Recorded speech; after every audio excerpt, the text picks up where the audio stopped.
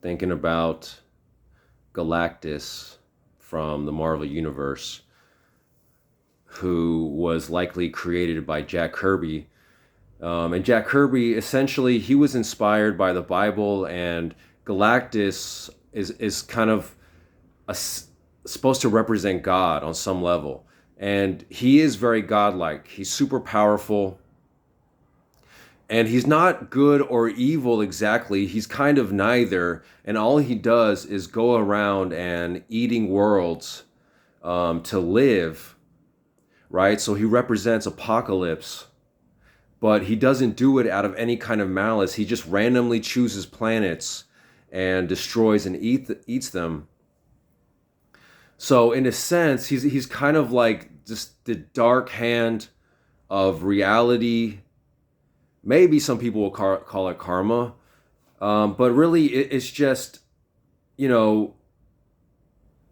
all die someday, and all planets must die someday. So he just represents that aspect of reality, and pretty sure his name starts with a G because it's the same as God. So Galactus. One very interesting thing about Galactus is that for every race of beings that he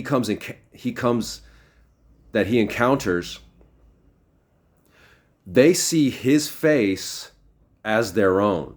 So when humans see Galactus, they see Galactus with a human face.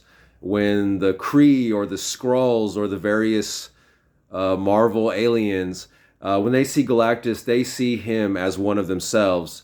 And it's very interesting. Humans on Earth are the same way.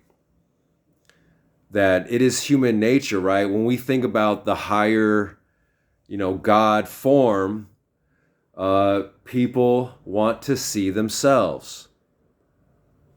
So just look at all the different forms and ethnicities that Yeshua, aka Jesus Christ, that he has taken, right? You see, if you look online, you can find all the different ethnicities that have, the different ethnicities that Jesus has been portrayed as. Why? Because it's one part of human nature is to kind of be self-absorbed and narcissistic and just in our own bubble. That, it's interesting,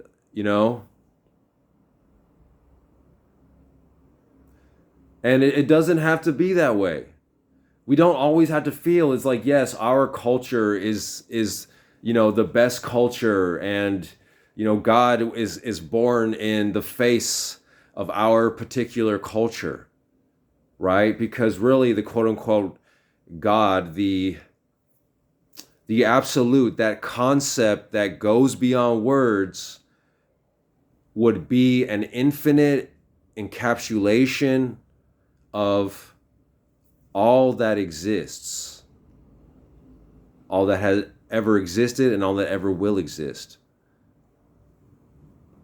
So what I'm trying to say is, it's funny how much ego we put into this concept of God, when God, quote unquote, is something that just goes so far beyond. Yes, our ego is part of it, but it's just so infinitely beyond our perceptions, conceptions, identities. So yeah, I find that very interesting.